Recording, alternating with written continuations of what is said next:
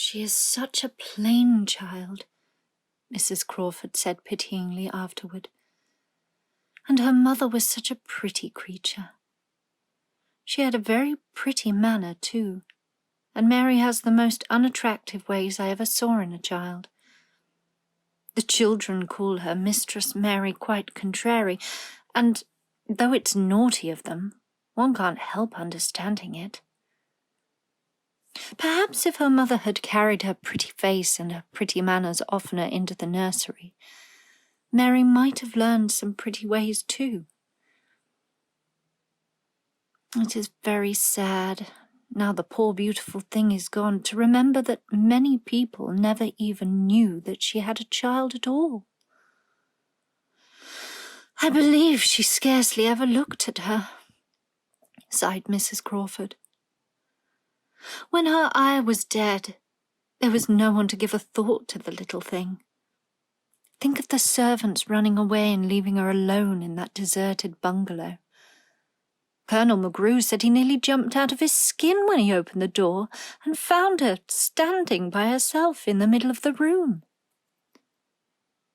Mary made the long voyage to England under the care of an officer's wife who was taking her children to leave them in a boarding school. She was very much absorbed in her own little boy and girl, and was rather glad to hand the child over to the woman Mr. Archibald Craven sent to meet her in London.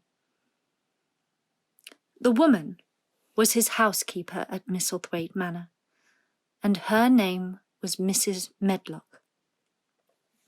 She was a stout woman, with very red cheeks and sharp black eyes.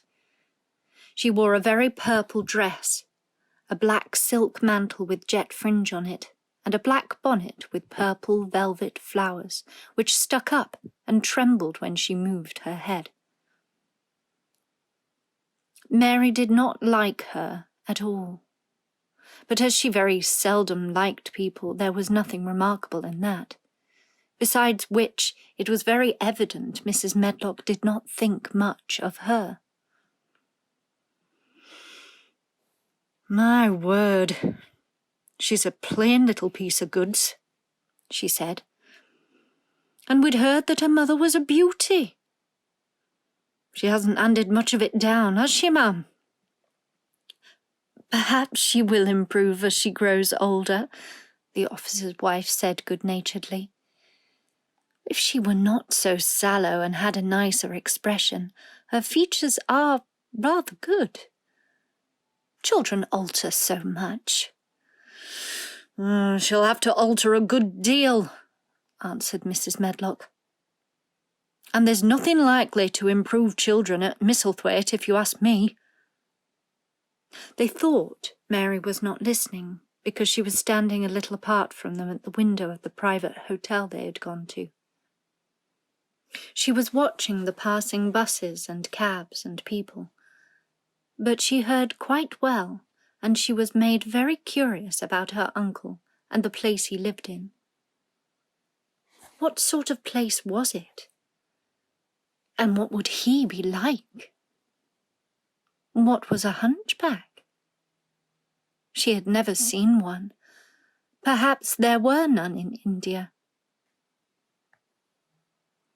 Since she had been living in other people's houses, and had had no ayah, she had begun to feel lonely, and to think queer thoughts which were new to her. She had begun to wonder why she had never seemed to belong to anyone, even when her father and mother had been alive. Other children seemed to belong to their fathers and mothers, but she had never seemed to really be anyone's little girl. She had had servants and food and clothes, but no one had taken any notice of her. She did not know that this was because she was a disagreeable child, but then, of course, she did not know she was disagreeable. She often thought that other people were, but she did not know that she was so herself. She thought Mrs. Medlock the most disagreeable person she had ever seen, with her common, highly coloured face and her common fine bonnet. When the next day they set out on their journey to Yorkshire, she walked through the station to the railway carriage, with her head up and trying to keep as far away from her as she could, because she did not want to seem to belong to her. It would have made her angry to think people imagined that she was her little girl. But Mrs. Medlock was not in the least disturbed by her and her thoughts. She was the kind of woman who would stand no nonsense from young ones. At least that is what she would have said if she had been asked. She had not wanted to go to London just when her sister Maria's daughter was going to be married. But she had a comfortable, well-paid place as housekeeper at Misselthwaite Manor, and the only way in which she could keep it was to do at once what Mr. Archibald Craven told her to do. She never dared even to ask a question.